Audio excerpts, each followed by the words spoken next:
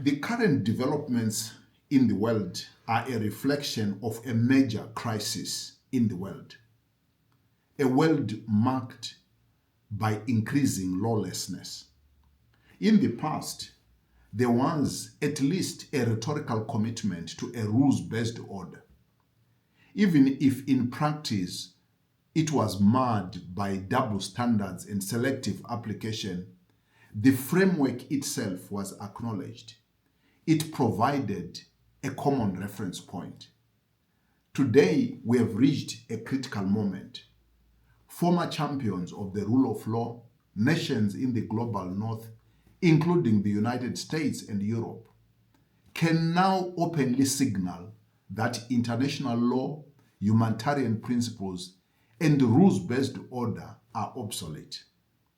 This is the voice of the so-called realpolitik, which asserts that raw power and what is really happening on the ground matter more than the ideals that are enshrined in the law.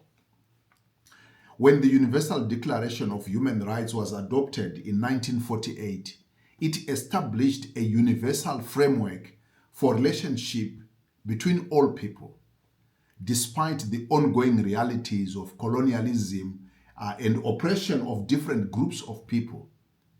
At least the declaration provided a shared reference point for the good, an ideal to strive for. But today, this very ideal is being actively disregarded and undermined. The consequences are huge. Across the world, we can now see a pervasive disregard for national laws, the undermining of national constitutions, even within nations that once championed democratic principles. In the absence of a rules-based ideal, we are left with a world where might makes right.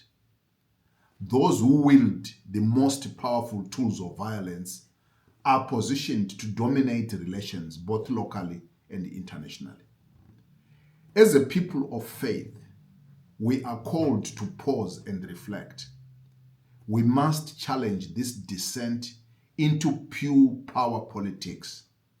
Our task is to reclaim the law, not as a tool for the powerful, but as the very basis of both order and freedom, and protection, especially for the most vulnerable in our societies.